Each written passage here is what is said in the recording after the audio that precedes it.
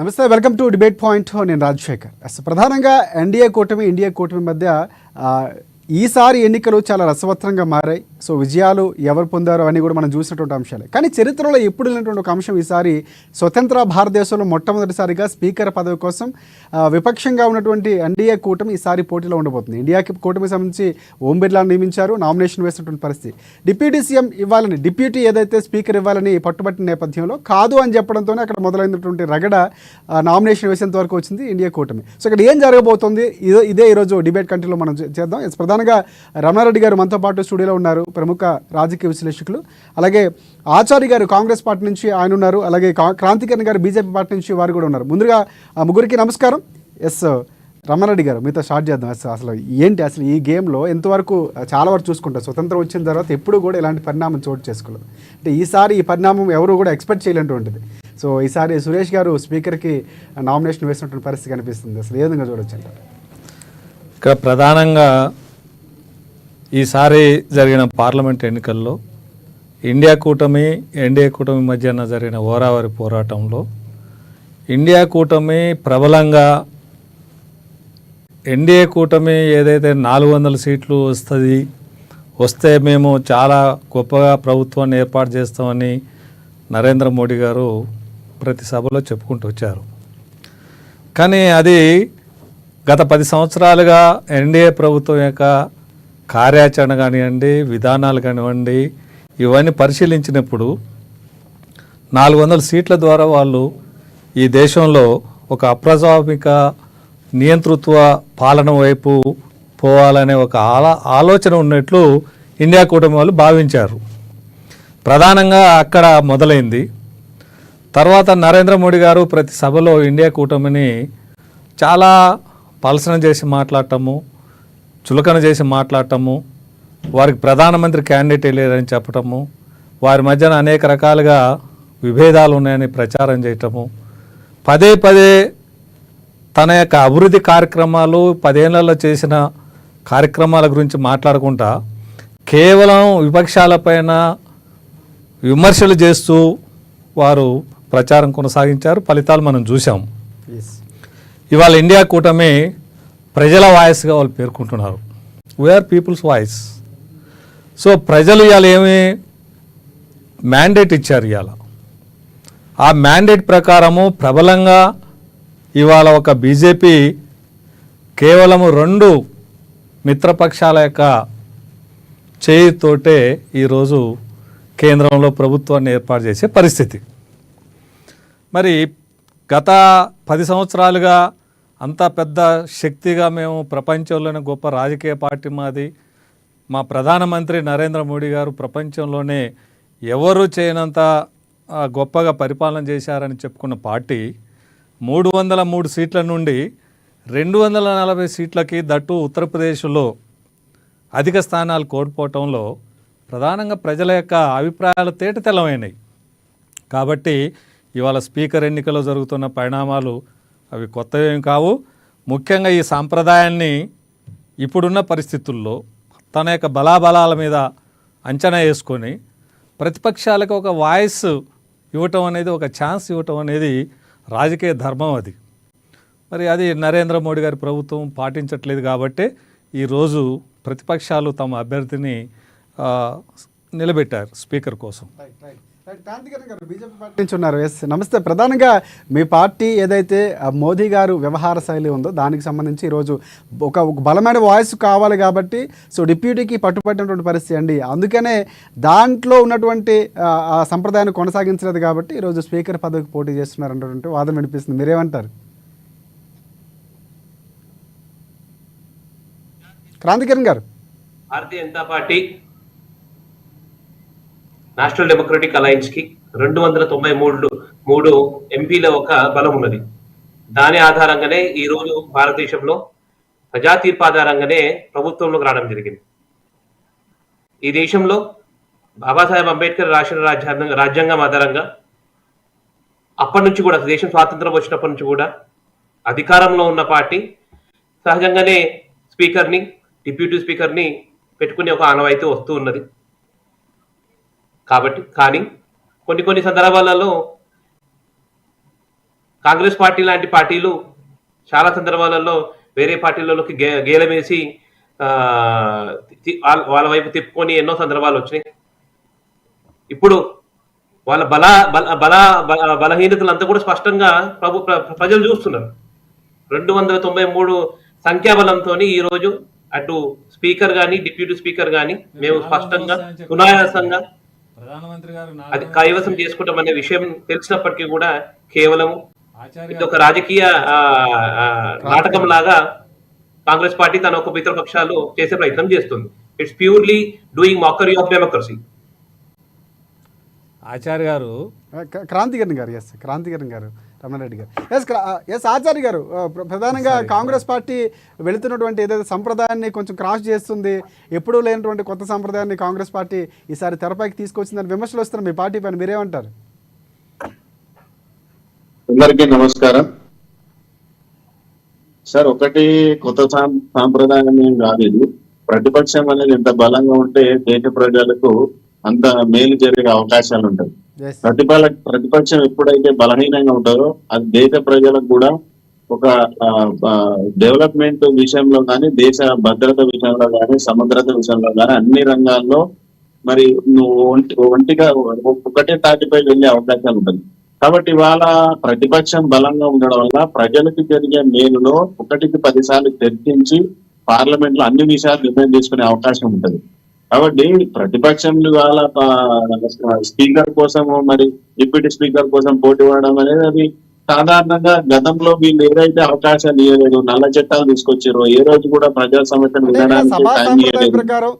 ఆచార్య గారు సభా సాంప్రదాయం ప్రకారం ముందు నుంచి వస్తే ఏదైతే అధికార పార్టీ ఉందో, ఏదైతే మెజార్టీ సీట్స్ సాధించిందో ఆ కూటమికే స్పీకర్ పదవి ఇచ్చేటువంటి సంప్రదాయం ఉంది. డిప్యూటీ పట్టుబట్టినటువంటి పరిస్థితి దాన్ని కాంగ్రెస్ పార్టీ క్రాస్ చేస్తుందని బీజేపీ అంటుంది. సాంప్రదాయబద్ధంగా అనేది వేరు, రాజ్యాంగబద్ధంగా అనేది వేరు. రాజ్యాంగబద్ధంగా ఎవరికైతే అవకాశం కల్పిస్తారో డిప్యూటీ స్పీకర్ గా ఒకవేళ ఓటింగ్ జరిగితే దానికి అవకాశం కల్పిస్తే తీసే అవకాశం ఉంటుంది. మన సాంప్రదాయమైనది వేరు, రాజ్యాంగబద్ధంగా దేశ సమగ్రతను కాపాడితే రాజ్యాంగబద్ధంగా పార్లమెంట్ నడవాలి. కాబట్టి ఆ రాజ్యాంగబద్ధంగానే డిప్యూటీ స్పీకర్ అడగడం జరిగింది. దాంట్లో ఎటువంటి అపోహ లేదు, ఎటువంటి కొత్త సాంప్రదాయం కూడా కాదండి. రైట్ రైట్ రమణారెడ్డి గారు, అంటే కొత్త సంప్రదాయం కాదని చెప్తున్నారు కాంగ్రెస్ పార్టీ. సో ఎలా ఉండబోతుంది ఈ పోటీ? ఇటువైపు ఇండియా కూటమికి బలం ఉన్నటువంటి నేపథ్యంలో, అంటే ఇండియా కూటమి బలం నిరూపించుకోవాల్సినటువంటి సమయం ఒక రకంగా చెప్పాలి. నిజంగా ఇటువైపు మెజార్టీ ఉండే అవకాశం ఉందా? ఖచ్చితంగా బీజేపీ గెలుస్తున్నటువంటి ఒక నాను నడుస్తుంది. సో ఇక్కడ పోటీ అనేది ఎలా ఉండబోతుంది అంటారు? పోటీ ఒక పక్షంగా మనం చూసినప్పుడు బీజేపీ వాళ్ళకి సంఖ్యాబలం ఉంది కాబట్టి తమ అభ్యర్థే గెలవటానికి ఎక్కువ అవకాశాలు ఉన్నాయనేది వాళ్ళ భావన. ఇక్కడ గెలిపోవటంల కంటే కూడా రాజ్యాంగం మనకి ఇచ్చిన ఏదైతే స్వేచ్ఛా స్వాతంత్రాలు ఉన్నాయో, కల్పించింది ఏదైతే ఉందో, ప్రజలకు సంబంధించి మనము గత 10 సంవత్సరాలు నరేంద్ర మోడీ గారు మరీ 2వసారి ప్రభుత్వం అధికారంలోకి వచ్చినాక చాలా పెద్ద మెజారిటీతో వాళ్ళు అధికారంలోకి వచ్చినాక వారు ఎన్ని చట్టాలని బుల్డోజ్ చేసుకుంటూ పోయారు. అంటే ప్రతిపక్షం బలహీనంగా ఉన్న పరిస్థితుల్లో ఇక్కడ బీజేపీ వాళ్ళు లాస్ట్ 5 years టర్మ్లో గత ప్రభుత్వంలో వారు ఖచ్చితంగా అన్ని చట్టాలు తీసుకొచ్చారు. రైతు వ్యతిరేక చట్టాలు తీసుకొచ్చి ఎన్ని వందల మంది రైతులు చనిపోయారు. ప్రజల నుంచి కూడా అదే స్థాయిలో స్పందన వచ్చింది. కానీ జరిగింది ఏమిటి? జరిగిన నష్టం ఎంత జరిగింది? 700 పైగా రైతులు బలి అయిపోయారు. వీటన్నిటి మీద చివరికి ప్రధానమంత్రి అంతమంది చనిపోయిన తర్వాత వాళ్ళ కేంద్ర మంత్రి కుమారుడే రైతుల నుంచి మరి వెహికల్ నడిపించి అనేక మంది రైతుల మరణానికి కారకులయ్యారు. కాబట్టి ప్రజల వాయిస్ బలంగా వినిపించాలంటే ప్రభుత్వం తప్పనిసరిగా అధికార పక్షం ప్రతిపక్షానికి కూడా ఒక అవకాశం ఇవ్వాలి. ఆ సంప్రదాయం కొత్త సంప్రదాయాన్ని మీరు పాత సంప్రదాయాలు కాదు, ఇప్పుడు కొత్తగా నరేంద్ర మోడీ గారు కొత్త సంప్రదాయాలు పెట్టాలనుకుంటున్నారు. మీరు అవకాశం ఇవ్వండి ప్రతిపక్షానికి అవకాశం ఇచ్చినప్పుడు ఎక్కడైతే అధికార పక్షం కొన్ని చట్టాలని బుల్డోజ్ చేయడానికి ప్రయత్నం చేస్తుందో అక్కడ తప్పనిసరిగా ప్రజల తరపున వీరు నిలబడటానికి అవకాశం ఎక్కువ ఉంటుంది. ప్రజాస్వామ్య స్ఫూర్తి బ్రహ్మాండంగా అది ఉంటుంది. మీరు కూడా గొప్పగా రాజ్యాంగ పరిరక్షకులు ఉండే అవకాశం ఉంటుంది. రైట్ క్రాంతికిరణ్ గారు ఏమంటారు మీరు? అంటే పూర్తిగా అంటే ఈ పోటీ అనేది కేవలం ప్రజల కొరకు బలమైన ప్రతిపక్షం ఉండాలి, ప్రజల తరఫున పోరాడడానికి రాజ్యాంగ సంప్రదాయాన్ని పాటిస్తున్నామని కాంగ్రెస్ పార్టీ చెప్తుంది.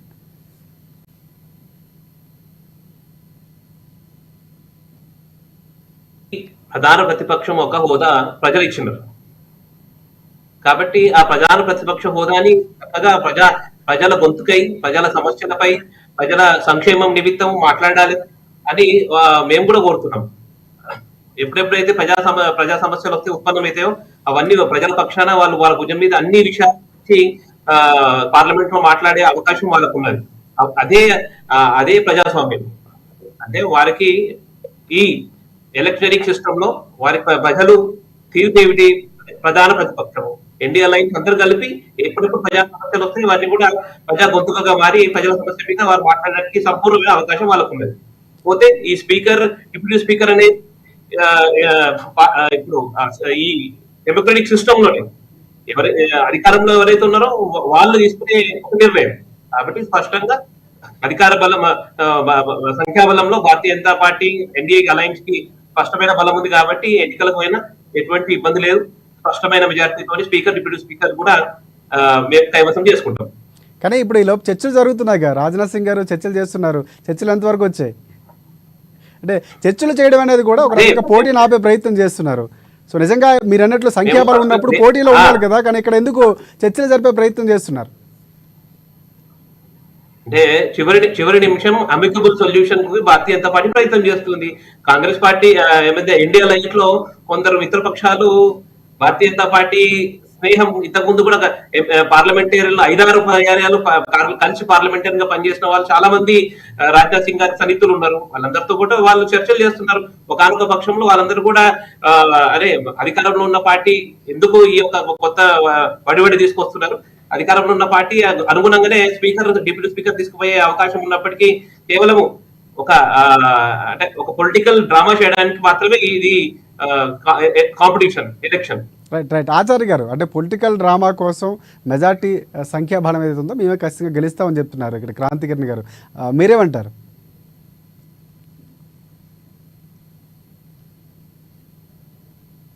చర్చించాల్సిన అవసరం లేదు, సంప్రదింపులు జరపాల్సిన అవసరం ఉంది. ఆ ఓటింగ్ చేసినప్పుడు ఆటోమేటిక్ గా మీకు అధికారం ఉందనుకున్నప్పుడు, బలం ఉందనుకున్నప్పుడు పోటీలో పాల్గొంటే తప్పేం లేదు కదా. రాజ్యాంగబద్ధంగా ఇచ్చినటువంటి ప్రక్రియను చేస్తున్నారు తప్ప ఏదో పాత సంప్రదాయం కొత్త సంప్రదాయం అని వరకలేదు. రాజ్యాంగబద్ధంగా ఒక డిప్యూటీ స్పీకర్ కి ఎవరైనా పోటీ చేసి ఎవరైనా అర్హులే. దాంట్లో ఏ పార్టీకి బలం ఉంటే ఆ పార్టీ ఓటింగ్ ద్వారా ఎన్నుకుంటారు. వాళ్ళు డిప్యూటీ స్పీకర్ గా 5 సంవత్సరాలు కొనసాగుతారు. దాన్ని వాళ్ళ ప్రజలకి ఒడిగేది లేదనడం తప్పు. ఎందుకంటే ప్రతిపక్షం ఎంత బలంగా ఉన్నప్పుడు దేశ ప్రజలకు అంత మంచి జరుగుతుంది. ప్రతిపక్షం ఎక్కడైతే వీక్ ఉంటుందో, గతంలో వీళ్ళు పాలించినప్పుడు ఏ విధంగా అయితే నల్ల చట్టాలు తీసుకొచ్చినారు, చాలా చట్టాలు, దాదాపు 23 చట్టాలు ప్రజలకు ఉపయోగపడేవి, ప్రజలకి సంబంధం లేకుండా కార్పొరేట్ సంస్థల కోసం తీసుకొచ్చినటువంటి చట్టాలని వాళ్ళ 5 సంవత్సరాలు ప్రజల మీద రుద్దారు. కాబట్టి ప్రతిపక్షం ద్వారా బలంగా ఉండడం వల్ల దేశ ప్రజలకు, దేశ సమగ్రతకు చాలా మంచి జరిగే అవకాశం ఉంటది. ఇవాళ డిప్యూటీ స్పీకర్ అనే కాదు, ఏదైనా రేపు పొద్దున పార్లమెంట్ లో బిల్ పాస్ చేసేటప్పుడు చర్చ చాలా డీప్ గా జరిగే అవకాశం ఉంటుంది. దానివల్ల ఒక మంచి ఫలితాలు వస్తాయి, ప్రజలు కూడా మంచి జరిగే అవకాశం ఉంటుంది. గతంలో లాగా సొంత నిర్ణయాలు తీసుకొని మొత్తం ఏకపక్షంగా మరి చట్టాలు తీసుకొచ్చి మన కార్పొరేట్ సంస్థలు ఏ విధంగా అయితే పెంచుకొచ్చారో, ఇవాళ కేవలం 2 రాష్ట్రాల యొక్క ఆధిక్యం మీద ఇటు ఏపీ అటు బీహార్ సపోర్ట్ వల్ల ఇవాళ ప్రభుత్వం ఉంది తప్ప, ఇవాళ ఆ రోజు దూకుడుగా ఏ విధంగా అయితే నిర్ణయాలు తీసుకున్నారో ప్రజలకు వ్యతిరేకంగా, ఈ రోజు ఆ విధంగా తీసుకునే అవకాశం ఉండదు. ఇవాళ ప్రజా రక్షణ, దేశ రక్షణ అన్ని విధాలుగా సురభిక్షంగా నడిచే అవకాశం ఉంటుంది. ఎందుకంటే ప్రశ్నించే గొంతుకలు గట్టిగా ఉన్నాయి, బలంగా ఉన్నాయి. కాబట్టి గతంలో లాగా దూకుడుగా పనిచేసే అవకాశం బీజేపీ ఉండదు. ఎందుకంటే గతంలో పనిచేసి చాలా మంది రైతులు, విద్యార్థులు రోడ్ల మీద పడి ఆత్మహత్యలు చేసుకొని చనిపోయినటువంటి, ఇప్పుడు కోవిడ్ లో దాదాపు లాక్డౌన్ తీసుకొచ్చారు. అది ఏ నిర్ణయం రాజరెడ్డి, నరేంద్ర మోడీ, బీజేపీ నాయకులు తీసుకున్నారు. పొద్దు పడితే బస్సులు బంద్, రైలు బంద్, విమానాలు బంద్. కానీ వేలాది మంది 6,000 మంది కార్మికులు రోడ్డున తాగనీక నీళ్లు లేక, తిండి తినలేక, గమ్యస్థానాలు చేరుకోలేక, ఉపాధి దొరకక రోడ్ల మీద కలేబరాలు తిని మరీ బతికి చనిపోయినటువంటి చరిత్ర మనం చూసినాం. అదేవిధంగా రైతు చట్టాలు దాదాపు 1.5 సంవత్సరాల పాటు రైతులు ఢిల్లీ రోడ్ల మీద చల్లనక, వాననక, గాలనక, నీళ్లు లేక 700 మంది చనిపోతే దిక్కులేనటువంటి గత చరిత్రను మనం చూసినాం. కాబట్టి ఇది పునరావృతం కాకుండా దేశ ప్రజలు ఒక పటిష్టమైన, ఒక బలమైనటువంటి ఇవాళ ప్రతిపక్షాన్ని దేశ ప్రజలు అందించింది కాబట్టి ఇవాళ దేశానికి గాని, దేశ ప్రజలకు గాని, రైతులకు గాని, యువకులకు గాని అందరికి మంచి జరిగే అవకాశం ఉంటది. దీనివల్ల బీజేపీ నాయకులకు ఏదో జరుగుతాయని కానీ దేశ ప్రజలకు మంచి జరిగే అవకాశం ఉంటది ఈ ఎన్నిక ద్వారా గాని, లేకుంటే రేపు జరగబోయే పార్లమెంటు బిల్లులో ఏదైనా ప్రజలకి ఉద్దేశించి దేశం కోసమో లేకుంటే ఇంకో దానికోసమో చర్చలో మంచి ఫలితాలు వచ్చే అవకాశం ఉంటుంది. క్రాంతికిరణ్ గారు, ఇక్కడ పూర్తిగా ఆచార్య గారు చెప్తుంది ప్రజల పక్షాన నిలబడదాం, ప్రజల కోసం గతంలో తీసుకొచ్చినట్టు చాలా చాలా చట్టాల విషయంలో కాంగ్రెస్ పార్టీ సంప్రదించకుండా, అంటే ప్రతిపక్షాలు లేకపోవడంతో వాళ్ళకి నచ్చినట్లుగా చట్టాలు చేసుకునే ప్రయత్నం బీజేపీ చేసింది. వాటికి ఒక అడ్డు కొత్త సంప్రదాయం అనే దానికంటే కూడా ప్రజలకు ఒక రకమైనటువంటి మేలు చేసేటందుకు ఈ పోటీ ఉపయోగపడుతుంది. ఆ దిశగానే కాంగ్రెస్ పార్టీ వెళ్తుందని చెప్తున్నారు. సో ఇక్కడ భవిష్యత్తులో మీకు ఇలాంటి పరీక్షలు చాలా ఎదురు కాబోతున్నాయన్నట్టు ఒక సిగ్నల్గా అనుకోవచ్చా మీరు? అట్లా ఏమీ లేదండి. ఇప్పుడు భారతీయ జనతా పార్టీ కానీ ఒకటి క్రాంతికరంగా ఎన్నికల్లో కూడా మీరు ఊహించిన స్థాయిలో ఎక్కడ కూడా ఫలితాలు 400 సీట్లు సంపాదిస్తాను మోదీ గారు పదే చెప్తున్నా కూడా ఆ స్థాయిలో మనకి కనిపించలేదు రిజల్ట్స్. అనుకున్నటువంటి స్థాయిలో ఉత్తరప్రదేశ్ లాంటి ప్రాంతంలో కూడా మీకు ఎక్కడ ఆ ఎఫెక్ట్ కనిపించలేదు, పూర్తిగా రివర్స్లో కనిపించినటువంటి పరిస్థితి. ఇప్పుడు కూడా ఇక్కడ ఈ కొత్త సంప్రదాయం లేకపోతే ఇంకో రకంగా మీకు పోటీ ఎదురు కాబోతుంది. భవిష్యత్తులో కూడా ఇలాగే ఉండిపోయే అవకాశం ఉన్నారని కూడా చెప్తున్నారు. మీరేమంటారు? కానీ కనిపిస్తున్నాయి ఇక్కడ మనకి, మీరు లేదు అని చెప్తున్నా కూడా కనిపిస్తున్నటువంటి పరిస్థితి. లేదు, నేను పోటీ విషయంలో నేనేం మాట్లాడట్లేదు. నేను స్పష్టంగా ఏమంటున్నా అంటే, ఇప్పుడు ప్రధాన ప్రతిపక్షంగా కాంగ్రెస్ పార్టీ ఐఎన్డీ అలయన్స్ సందర్భం వచ్చినప్పుడు ఏ బిల్లు ప్రస్తావించినా కానీ దానికి సంబంధించి ప్రజా గొంతికగా మారి వారు మాట్లాడడానికి ముందుకు వస్తున్నారు. మేము స్వాగతిస్తున్నాం దాన్ని. పోతే ఇప్పుడు సోదరుడు కాంగ్రెస్ సంబంధించిన ప్రతినిధి అన్నాడు, కోవిడ్ సంబంధించి ఎవరితో సంప్రదించక నిర్ణయం తీసుకున్నారు. ప్రపంచమే ఆమోదించింది నరేంద్ర మోడీ గారు తీసుకున్న నిర్ణయం. కేవలం రైతు చట్టాలు మినహా ఆర్టికల్ 370 నుంచి రద్దు నుంచి మొదలుకొని అన్ని చట్టాలు కూడా ప్రజాస్వామ్యబద్ధంగా సర్వసమ్మతితోని తీసుకోవడం జరిగింది. పోతే ఇప్పుడు ప్రతిపక్షం బలహీనంగా ఉంది అనే విషయము అది ప్రజలు ఇచ్చిన తీర్పు. కాబట్టి అప్పుడున్న పరిస్థితుల్లో ప్రజలు ఇచ్చిన తీర్పు రంగారెడ్డి గారు నోట్ల రద్దు గురించి మాట్లాడుతున్నారు. ఇప్పుడున్న పరిస్థితుల్లో ప్రజా తీర్పు ఆధారంగా అధికారంలో ఎన్డీఏ అలయన్స్ వచ్చింది. దానికి అనుగుణంగా ప్రజా సర్వసమ్మతితో ఏ బిల్లు వచ్చినా కానీ, ఏ ప్రస్తావన వచ్చినా కానీ అది సమగ్రంగా చర్చ జరుగుతుంది. ప్రతిపక్షాన్ని కూడా కాన్ఫిడెంట్ లో తీసుకొని ముందుకు పోయే ప్రయత్నం చేస్తారు కదా ప్రభుత్వం. గతంలో ఆచార్య గారు, క్రాంతికిరణ్ గారు, మీరు జిఎస్టీని చూడండి, తర్వాత నోట్బందీ చూడండి, ఇవన్నీ ఏకపక్షంగా జరిగినాయి కదా. ఆ రోజు అది దేశ హితం కోసం నిర్ణయాలు. ప్రతి అధికారంలో పార్టీ చెప్పే మాట అది, అధికారంలో ఉండే మా పార్టీ చెప్పే మాట అది. అక్కడ దేశ హితం ఏం జరిగింది, కార్పొరేట్ హితం ఏం జరిగింది అనేది మనకు మొత్తము పరిశీలన చేసినప్పుడు అర్థమవుతుంది. క్రాంతికిరణ్ గారు, ఇక్కడ ప్రధానంగా మనం ప్రధానంగా ఇక్కడ మనం ఆలోచన చేయాల్సింది ఏంటంటే, ఒక పరిస్థితి నిర్మాణం అయింది, దాన్ని అడ్డుకునే దానికి బలమైన నిర్ణయమే నోట్ బందీ. కాబట్టి దాని వెనుక ఉన్న బ్యాక్గ్రౌండ్ విషయంలో కూడా మనము సరైన పరిశీలన చేసి దానికి సంబంధించిన డేటా తీసుకొని మాట్లాడాలి. అవునండి, డేటా తీసుకొని మాట్లాడదాము. ఇప్పుడు 1000 రూపాయల నోట్లను రద్దు చేసి 2000 రూపాయల నోట్లు తీసుకురావటం అనేది అది శాస్త్రీయంగా కరెక్ట్ అయినా? మరి అంటే మీకు బలం ఉన్నది కాబట్టి, లేదు క్రాంతికిరణ్ గారు, మీకు బలం ఉన్నది కాబట్టి, సంఖ్యాబలం ఉన్నది కాబట్టి ఈ దేశంలో ఏ రకమైన చట్టాలను తీసుకొచ్చినా కూడా ప్రజలు మౌనంగా ఉంటురు కాబట్టి, ఇదంతా ప్రజామోదం అని మీరు భావించారు కాబట్టి దాని తర్వాత రైతు చట్టాలు తీసుకొచ్చారు. దాని తర్వాత ఇంకా అనేక చట్టాలు తీసుకొచ్చారు, నల్ల చట్టాలు. వీటన్నిటి మీద ఎంత వ్యతిరేకత వచ్చిందండి. అట్లా నల్ల చట్టాలు ఎట్లంటారండి? ఆర్టికల్ 370 రద్దు చేయడం మీ దృష్టిలో నల్ల చట్టమా? ఆర్టికల్ 370 రద్దు చేయడంలో మీరు ప్రతిపక్షాన్ని కాంగ్రెస్ లో తీసుకున్నారా? మాట్లాడుతున్నారు ఆర్టికల్ 370 రద్దు చేయడం మీరు నల్ల చట్టం అంటారా? ఇప్పుడు ఆర్టికల్ 370 అనే దాన్ని రద్దు చేయడంలో ప్రతిపక్షాలకి ఏమైనా మీరు అక్కడ మీరు గౌరవించారా? ప్రతిపక్షాలు మొత్తుకున్నాయి కదా దాన్ని. ప్రపంచ దేశాలలో ఉన్న కాశ్మీర్ భారతదేశం అభిన్నమైన ఒక భాగమని. కాశ్మీర్ అంతర్భాగం కాదని ఎవరైనా ప్రతిపక్షాలు అంటున్నారండి?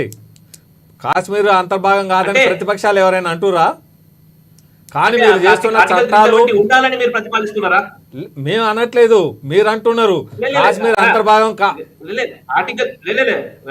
ఇప్పుడు ప్రధానమైన విషయం ఒకటేనండి, ప్రభుత్వం యొక్క గత 10 సంవత్సరాల ఆచరణ మనం పరిశీలించినప్పుడు 10 సంవత్సరాల ఆచరణని మనం పరిశీలించినప్పుడు, దాని విధి విధానాలు పరిశీలించినప్పుడు, నేను అనేది ఏంటంటే, పార్లమెంట్ లో వారు 10 వ్యవహరించిన ప్రజా తీర్పు ఈ రకంగా అయితే ఉండడం, ప్రజా తీర్పు ఆధారంగా ప్రభుత్వం సంబంధించి ప్రజలకు ఎప్పుడెప్పుడైతే ఏ దేశానికి అవసరం ఉన్నదో, అంతర్రాష్ట్రీయ స్థాయిలో ఏవేవి దేశానికి అవసరం ఉన్నదో అప్పుడు ఆ ప్రభుత్వం నిర్ణయం తీసుకుంటది. అప్పుడు ప్రజా తీర్పు ఆధారంగా ఒక ఎంపీల సంఖ్య బలంగా ఉండే, కాబట్టి ఏకపక్ష నిర్ణయాలు కాదని ప్రజాహిత నిర్ణయాలు.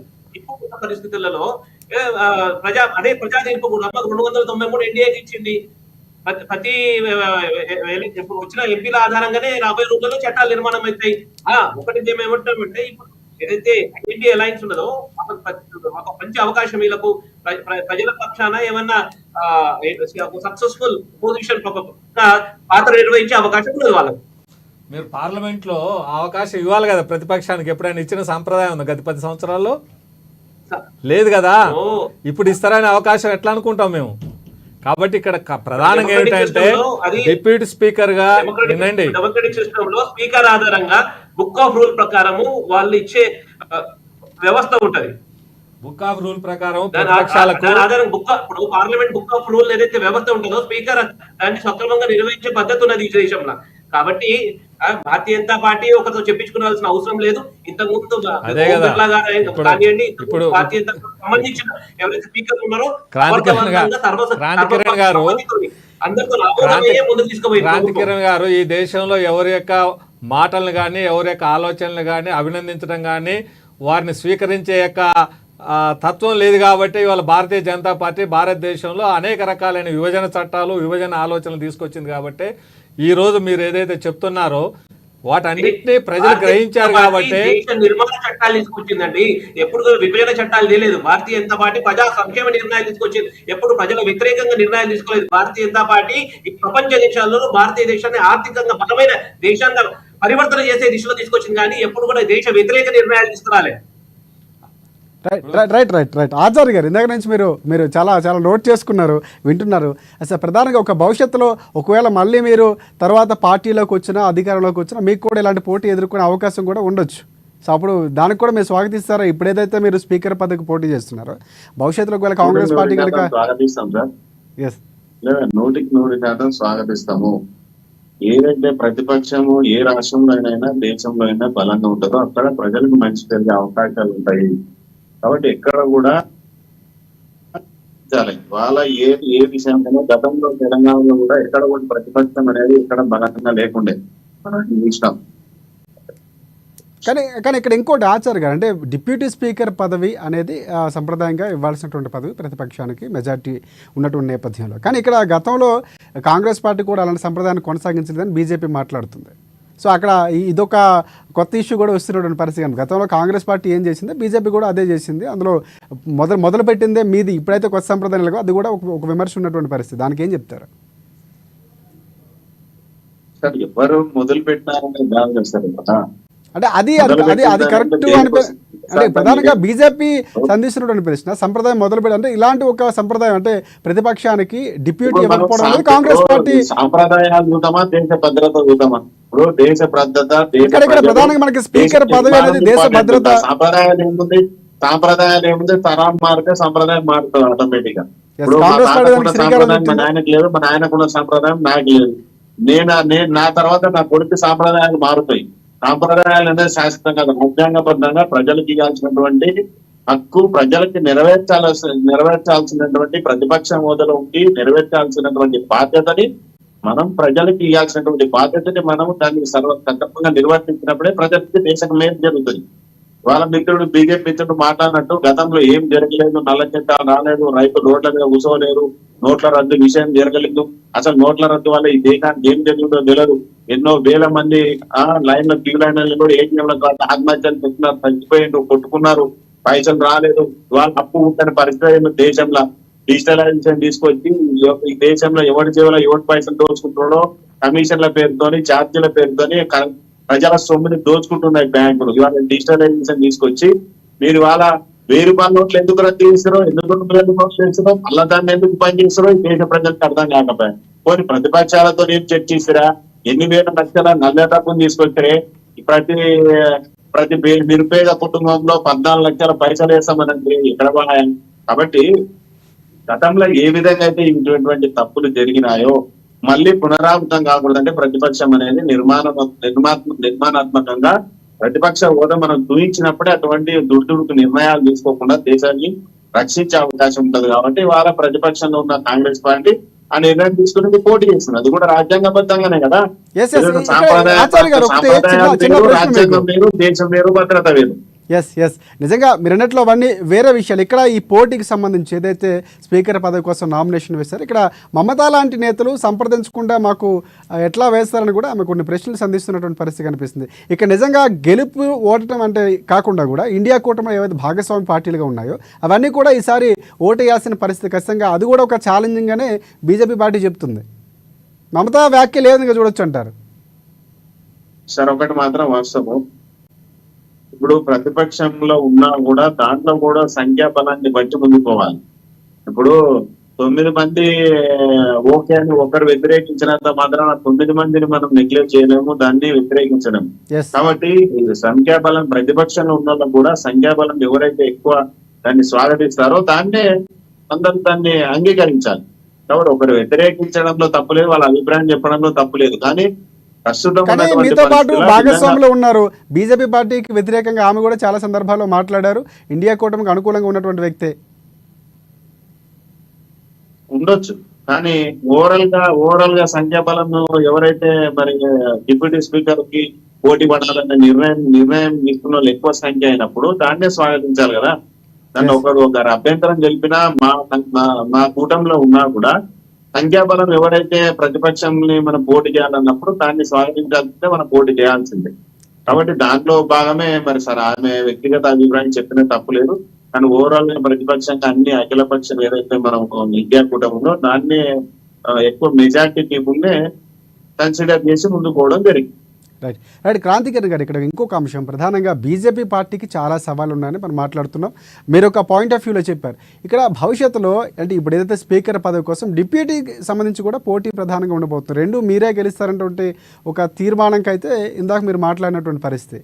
సో ఎవరిని అభ్యర్థిగా నిలబెట్టే అవకాశం, ఒకవేళ ఈ చర్చల్లో ఒకవేళ ఇండియా కూటమి అనుకూలంగా ఉన్నటువంటి ఏదైతే డిప్యూటీ అడుగుతుందో డిప్యూటీ స్పీకర్ పదవి ఇచ్చేస్తే అసలు మొత్తం ఎన్నికలే లేకపోవచ్చు, అది కొనసాగుతున్నటువంటి పరిస్థితి. ఆ దిశగా ఏమైనా మీరు ఓకే చెప్పే అవకాశాలు ఉన్నాయా? రాజ్నాథ్ సింగ్ గారు ఇప్పటికే ఇటువైపు చర్చలు కూడా జరుపుతున్నారు వరుసగా.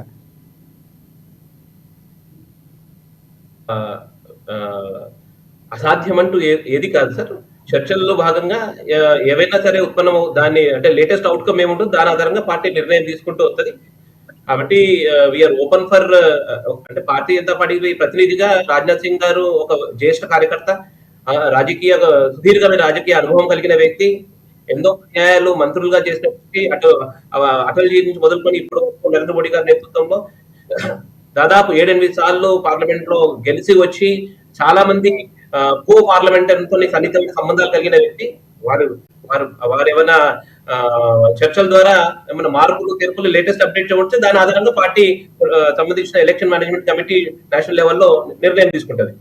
ఇటువైపు అంటే ఇందాక మనం మాట్లాడుతూ ఆశా గారితో కూడా మాట్లాడాం. మమతా గారికి సంబంధించి ఆమె మమ్మల్ని సంప్రదించకుండా పార్టీని అభ్యర్థిగా నిలబెట్టారు ఇటువైపు అని చెప్పినటువంటి కొన్ని వ్యాఖ్యలు చేశారు ఆమె. సో దానికి సంబంధించి సురేష్ గారు నిలబెట్టడంలో ఆమె స్పీకర్ పదవికి సంప్రదించలేదు అన్నటువంటి ఒక వాదన తీసుకొచ్చారు. ఆమె ఏమైనా మీకు ఓటేసే అవకాశం ఉందనుకుంటున్నారా? ఏమైనా అలాంటి చర్చలు జరిపే అవకాశం ఉందా? సార్ ఆ విషయంలో మా వైపు నుంచి ఎటువంటి కమెంట్ నేను చేయలేను. ఒకటి ఏమిటంటే ఎన్డీఏ విషయంలో నేను మాట్లాడగలుగుతాను. ఎన్డీఏ నేషనల్ డెమోక్రటిక్ అలయన్స్ కి లీడర్ ప్రియతమ ప్రధాని నరేంద్ర మోడీ గారు. నరేంద్ర మోడీ గారు ఎటువంటి నిర్ణయం తీసుకున్నా గానీ యావత్ ఎన్డీఏలో ఉన్న భాగస్వాములందరూ కూడా స్పష్టంగా స్వాగతించే ఒక సాంప్రదాయం కలిగింది. అదే ఆనవాయితీగా వస్తుంది. కాబట్టి బహుశా ఐఎన్డీ అలయన్స్ లో ఒక నాయకుని కేంద్రంగా అలయన్స్ నడవట్లేదేమో. అందరూ నాయకులే ఉన్నారు కాబట్టి అందరూ ముందుకు పోవాలనే ఆసక్తి కలిగిన వాళ్ళే ఉన్నారు కాబట్టి ఈ రకమైన సమస్యలు ఉత్పన్నం అవుతున్నట్టు అనిపిస్తున్నది. కానీ Bharatiya Janata party NDA National Democratic Alliance లో మా నాయకుడు నరేంద్ర మోడీ గారు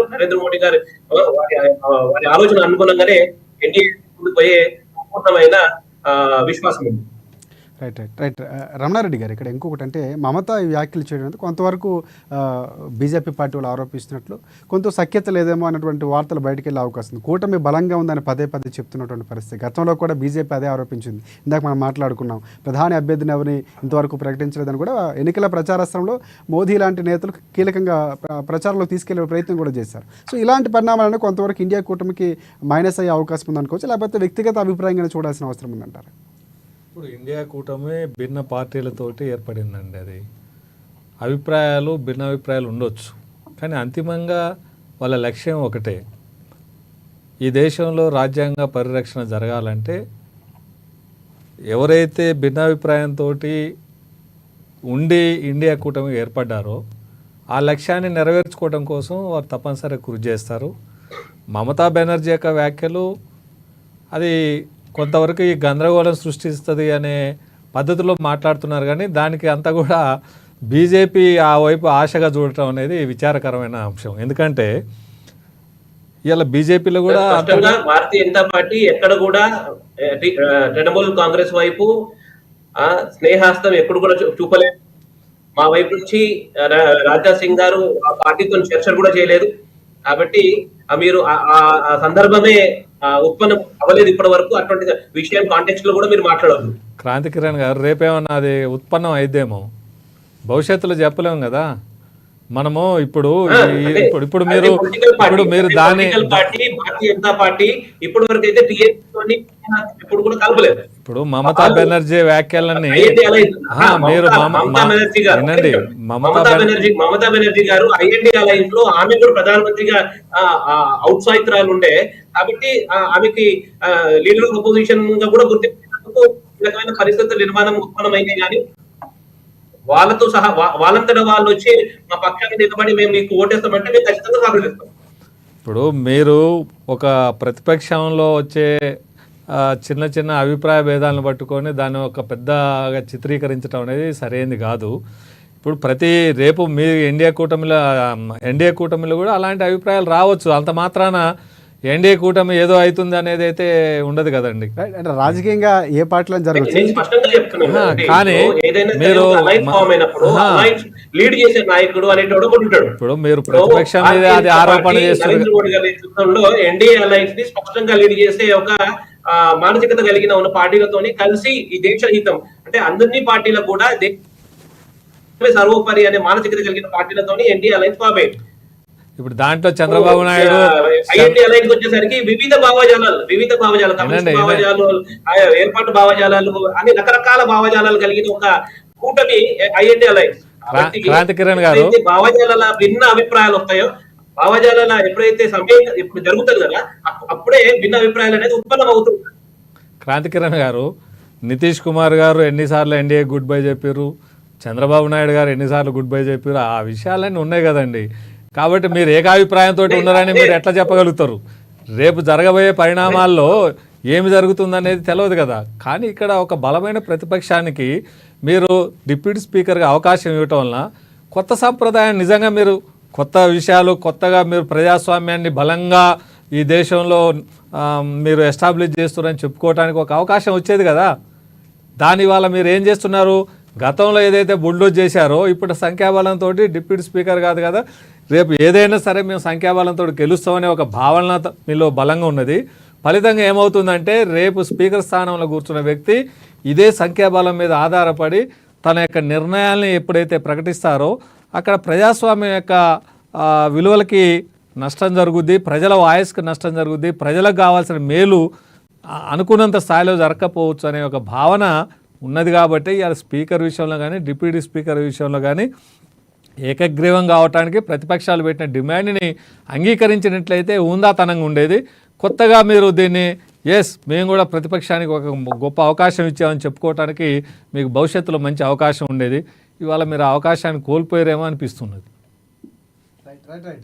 ఇంకోటి ఇక్కడ ప్రధానంగా క్రాంతికిరణ్ గారు, ఇటువైపు మీతో పాటు భాగస్వామిగా కీలకంగా ఈరోజు ప్రభుత్వం ఏర్పాటులో కీలక పాత్ర పోషించిన ఏపీ నుంచి చంద్రబాబు ఇండియా కూటమిలో ఉన్నారు, అలాగే నితీష్ కుమార్. వీళ్ళేమైనా డిప్యూటీ ముందు నుంచి కూడా కాంగ్రెస్ పార్టీ నుంచి కూడా కొంతమంది ఖర్గే లాంటి నేతలు గతంలో కొన్ని సూచనలు చేశారు, లేకపోతే మీకు కూడా బలం ఉండే అవకాశం ఉంటుంది కాబట్టి కొంతవరకు డిప్యూటీకి సంబంధించి కూడా ఇచ్చే అవకాశం ఉంది. ఆ దిశగా ఒకవేళ అడిగితే కనుక ఇచ్చే అవకాశాలు ఏమైనా కనిపిస్తున్నాయా?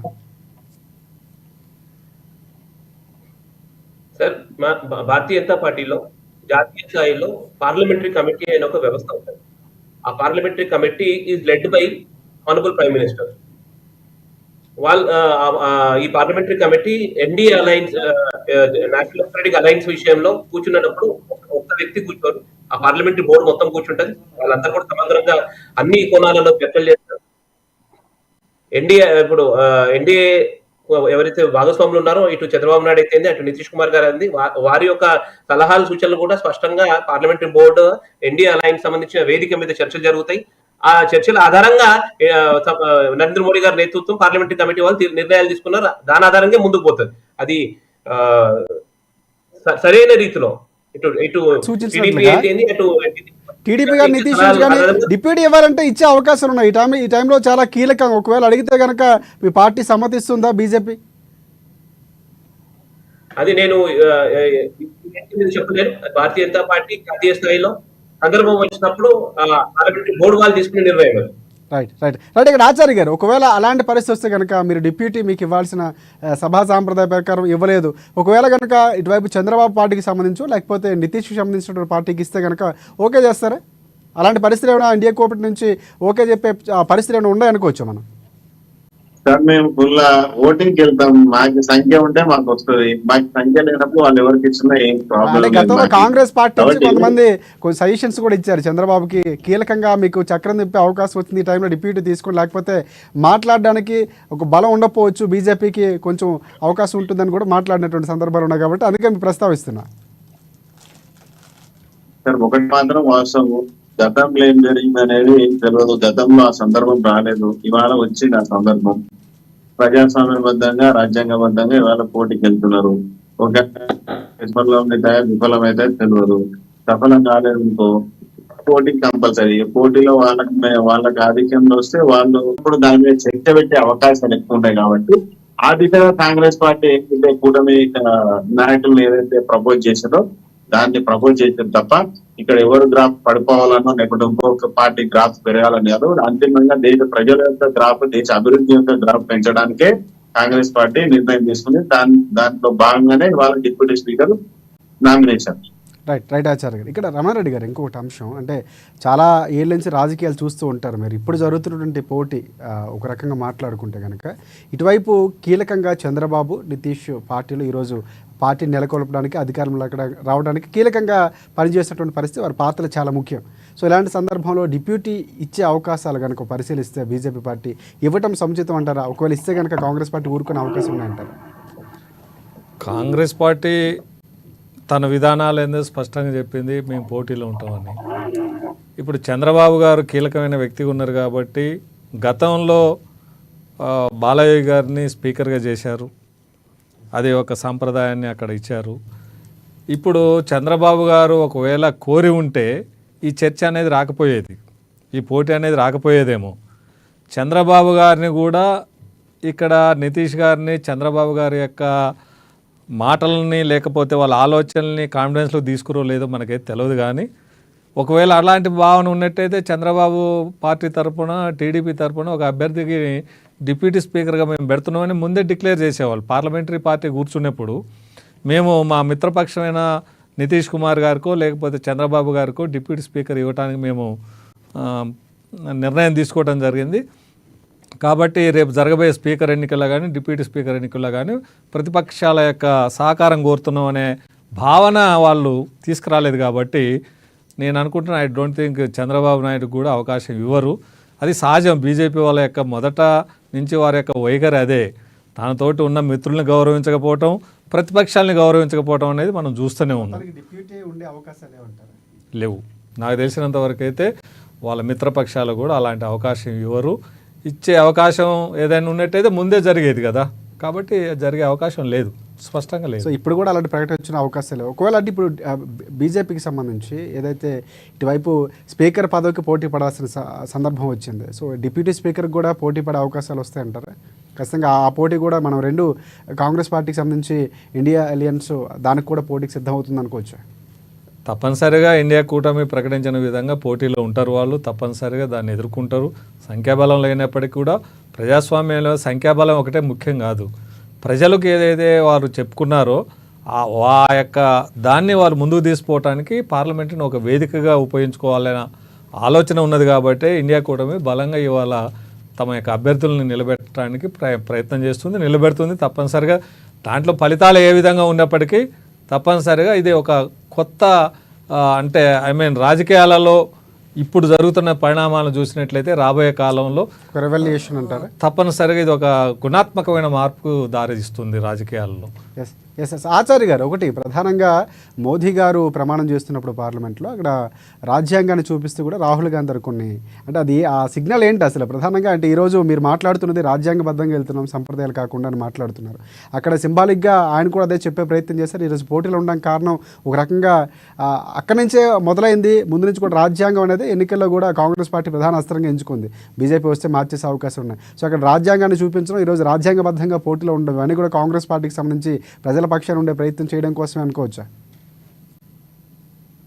అంతేగా సార్, 5 ఏళ్లలో వాళ్ళు కర్ణాటకలో గతంలో అధికారంలో కర్ణాటకలో ఏం చేశారు, మహారాష్ట్రలో ఏం చేశారు, ప్రభుత్వాలను కూర్చోడానికి వాళ్ళు చేసిన ప్రయత్నము, రాజ్యాంగము, దేశ రక్షణ ఇవన్నీ ఏం లేకపోయింది. వాళ్ళ స్వార్థపూరితమైనటువంటి రాజకీయం కోసం వాళ్ళు చేసినటువంటి ఏదైతే రాజకీయ రాక్షస క్రీడ ఉందో అది మళ్ళీ జరగొద్దు. రాజ్యాంగమే ఇంపార్టెంట్, ఈ దేశానికి రక్ష రాజ్యాంగం అని చెప్పుకోవడానికే ఇవాళ ప్రతిసారి ఆ రాజ్యాంగాన్ని చూపిస్తూ ఆ సంవిధానం ద్వారానే ఈ దేశ నిర్మాణం జరిగింది 25 సంవత్సరాలు.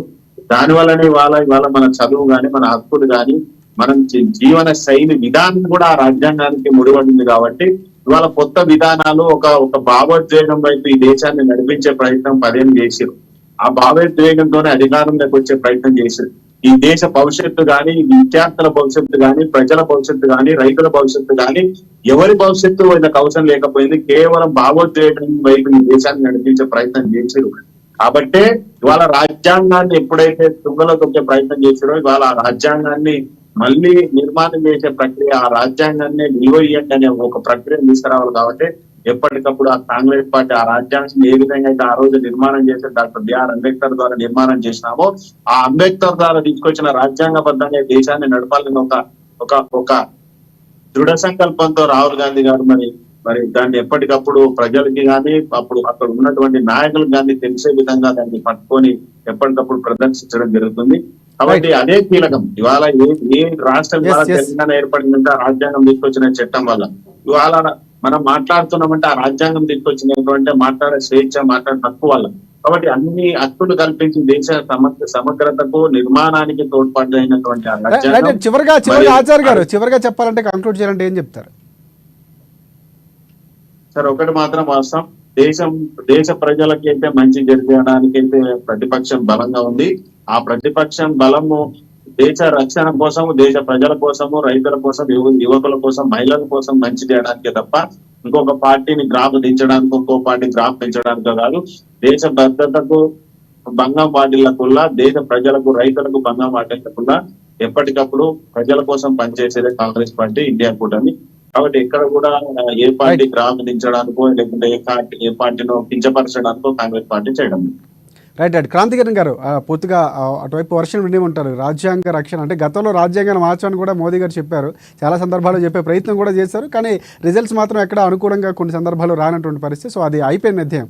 కానీ ఇక్కడ జరుగుతున్నటువంటి పరిస్థితులు చూసుకుని రాజ్యాంగబద్ధంగానే కాంగ్రెస్ పార్టీ వెళ్తున్నామని చెప్తున్నారు. చివరిగా మీరు ఏం చెప్తారు చెప్పండి సార్? నిన్న వర్షారంభ సమావేశాలలో కాంగ్రెస్ పార్టీకి సంబంధించిన నాయకులు రాజ్యాంగాన్ని పుస్తకం పట్టుకొని మోడీ గారు చూపిస్తుంటే చాలా హాస్యం అనిపించింది. 1970 బాబాసాహెబ్ అంబేద్కర్ రాజ్యాంగం రాసిండు. రాజ్యాంగాన్ని చూపించడం బాబాసాహెబ్ అంబేద్కర్ రాసిన ఒక మహత్తరమైన రాజ్యాంగము 1975లో కాంగ్రెస్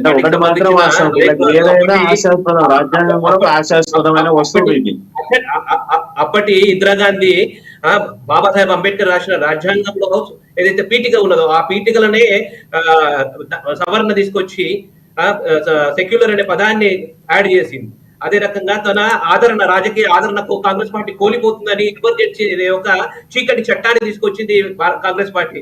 అంటే ఈ దేశంలో డాక్టర్ బాబాసాహెబ్ అంబేద్కర్ ఏదైతే రాజ్యాంగం చేసిండో ఆ రాజ్యాంగాన్ని స్ఫూర్తిని కూని చేసిన పార్టీ ఏదైనా ఈ దేశంలో ఉన్నది అంటే అది కాంగ్రెస్ పార్టీ. స్పష్టంగా భారతీయ జనతా పార్టీ నరేంద్ర మోడీ గారి నేతృత్వంలో అంబేద్కర్ గారి ఆశయాల అనుగుణంగా ఆచరించి ముందుకు తీసుకొస్తున్న పార్టీ ఏదైతే ఉన్నది అంటే అది స్పష్టంగా నరేంద్ర మోడీ గారు ఈ రోజు 25 జూన్ దాదాపు 50 సంవత్సరాల కిందట ఇదే రోజు అప్పటి నాయకురాలు ఆయన రాజకీయ ఆదరణ కోల్పోయి పతనావతలకు వస్తే దేశాన్నంతా కూడా నియంత్రణగా కాంగ్రెస్ పార్టీ అధినేత ఇందిరాగాంధీ బాబాసాహెబ్ అంబేద్కర్ రాసిన రాజ్యాంగాన్ని కూనీ చేసి అంబేద్కర్ రాసిన స్ఫూర్తిని భిన్నంగా ఎమర్జెన్సీ తీసుకొచ్చిన రోజు ఈ రోజు. కాబట్టి నేను స్పష్టంగా కాంగ్రెస్ పార్టీ నాయకులకు బాబాసాహెబ్ అంబేద్కర్ రాసిన రాజ్యాంగం గురించి మాట్లాడే అధికారమే లేదు. బాబాసాహెబ్ అంబేద్కర్ క్రాంతికర్ గారు చివరిగా కంక్లూడ్ చేయండి. ఎందుకంటే వీళ్ళకి ఆర్ఎస్ఎస్ రాసినటువంటి రాజ్యాంగం కావాలి వీళ్ళకి. ఎందుకంటే వీళ్ళు భారత రాజ్యాంగం రాజ్యాంగం మీద మనకి చివరి సమయం చాలా తక్కువ ఉంది. ఆచార్య గారు, క్రాంతికర్ గారు చివరికి కంక్లూడ్ చేయండి. బాబాసాహెబ్ అంబేద్కర్ ని ఏదైతే ఆయన పార్థివ శరీరాన్ని అంత్యక్రియలు ఢిల్లీలో చేయకుండా బాంబేకి తరలించిన పార్టీ ఈ దేశంలో ఉన్నది అంటే అది కాంగ్రెస్ పార్టీ. రైట్. ఒకటి రమణారెడ్డి గారు, అంటే పోటీ ఈరోజు నామినేషన్లు వేసినటువంటి పరిస్థితి ఒకవేళ జరిగితే పోటీ ఆ ప్రాసెస్ ఎలా ఉండబోతుంది? అంటే సభా నియమాలకు అనుగుణంగా పోటీ ఒకవేళ ఉంటే కనుక చర్చలు సఫలం అవ్వకపోతే సో ఎలా ఉండే అవకాశం ఉందంటారు? చివరిగా కంక్లూడ్ చేయండి. సహజంగా అధికార పక్షం తన అభ్యర్థుల్ని గెలిపించుకోవడం కోసం ఒకవేళ పోటీ అంటూ జరిగితే గెలిపించుకోవడం కోసం అనేక ప్రయత్నాలు చేస్తుంది. ఆ ప్రయత్నాల్లో కొంత మేరకు సక్సెస్ కూడా కావచ్చు. కానీ ఇక్కడ జరుగుతుంది ఏమిటంటే మరలా ఒక బలమైన అభిప్రాయం ప్రజల్లోకి సంకేతం పోతుంది. ఏమిటంటే సంఖ్యాబలం యొక్క పేరుతోటి నరేంద్ర మోడీ గారు గత 10 సంవత్సరాలుగా ఏదైతే ఈ దేశంలో అనేక చట్టాలని తీసుకురావటంలో ప్రజాస్వామ్య స్ఫూర్తిని అనుసరించలేదు, రాజ్యాంగం యొక్క మౌలికమైన అంశాలని విస్మరించి వాళ్ళు ఆ చట్టాలు చేశారనే భావన ప్రజల్లో వచ్చింది కాబట్టే ప్రజలు అలాంటి తీర్పు ఇచ్చారు. అంటే ఈ పోటీ ఒకవేళ అంటే డిప్యూటీ స్పీకర్ హోదాలోనే పోటీ నిర్వహించే అవకాశాలు ఉంటాయంటారు, లేకపోతే ఎలా ఉండే అవకాశం ఉందంటారు? తప్పనిసరిగా డిప్యూటీ స్పీకర్ పోటీ అనేది ఉంటుంది. స్పీకర్ పోటీ కూడా ప్రొటెం స్పీకర్గా ఎన్నుకున్నారు. ఆయన ఆధ్వర్యంలోనే ఈ ఎన్నిక ఏదైతే ఇప్పుడు స్పీకర్ కోసం నామినేషన్లు వేశారో ఆ ప్రాసెస్ ఆ విధంగానే జరుగుతుంది. చట్టంలో ఏ రకంగా అయితే ఆ ప్రాసెస్ నిర్వహించాలో ఆ ప్రకారం జరుగుతుంది. దాంట్లో అధికార పక్షం యొక్క పాత్ర ఇక్కడ ఏ విధంగా ఉందనేదే ప్రధానంగా ప్రజలు గమనిస్తున్నారు, దేశంలో అన్ని వర్గాలు గమనిస్తున్నాయి. కాబట్టి ఇక్కడ బీజేపీ తన సంఖ్యాబలం చూపిస్తూ తను అనుకున్నదే సాధించాలి, ప్రతిపక్షాల వాయిస్ మొదటనే అంటే స్పీకర్ ఎన్నికలోనే వాళ్ళు ఈ రకమైన సాంప్రదాయాన్ని అనుసరించే యొక్క భావం ఇవాళ ప్రజల్లోకి తీసుకెళ్తున్నారంటే రాబోయే రోజుల్లో తప్పనిసరిగా ప్రతిపక్షాల యొక్క గొంతుని నొక్కేస్తారనే అభిప్రాయం ప్రజల్లో కానీ మేధావుల్లో కానీ వివిధ వర్గాల్లో తప్పనిసరిగా ఏర్పడే అవకాశం ఉంది. రాబోయే కాలంలో తప్పనిసరిగా ఆ యొక్క ప్రభావం బీజేపీ యొక్క విజయాలపైన ఎన్నికలపైన తప్పనిసరిగా ఉంటుందనేది నా యొక్క అభిప్రాయం. రైట్. థ్యాంక్ యూ రమణారెడ్డి గారు. అండ్ ప్రధానంగా డిబేట్లో పాల్గొన్న రాజకీయ విశ్లేషకులు రమణారెడ్డి గారికి, అలాగే ఆచార్య గారికి కాంగ్రెస్ పార్టీ నుంచి వారికి కూడా, అలాగే క్రాంతికర్ గారు బీజేపీ పార్టీ నుంచి పాల్గొన్నారు, వారికి కూడా ప్రత్యేకంగా ధన్యవాదాలు. ప్రధానంగా ఎలా ఉండబోతుంది, చర్చలు జరుగుతున్నాయి, సఫలమవుతాయా, పోటీలోనే ఉంటాయా? పోటీ ఉంటే మొదటిసారిగా ఎప్పుడు 75 చరిత్రలో చూడనటువంటి పోటీ చూడబోతుంది ఒక రకంగా దేశం అనుకోవచ్చు. సో లేదనుకుంటే చర్చలు సభా సాంప్రదాయం ప్రకారం లేకపోతే నామినేషన్ విత్డ్రా చేసుకుంటారు. ఇవన్నీ కూడా జరిగితే ఎలా జరగబోతుంది మొట్టమొదటిసారిగా చూస్తున్నటువంటి పరిస్థితి. సో దీనికి సంబంధించి చూద్దాం ఎలా జరగబోతుందో. మినిట్ అప్డేట్ అమ్మా న్యూస్ మీకు అందిస్తూనే ఉంటుంది. ఇది ఇవాళ డిబేట్ పాయింట్. రేపటి డిబేట్ పాయింట్లో మళ్ళీ కలుసుకుందాం. అంతవరకు చూస్తూనే ఉండండి అమ్మా న్యూస్, నిజం కోసం జనం కోసం.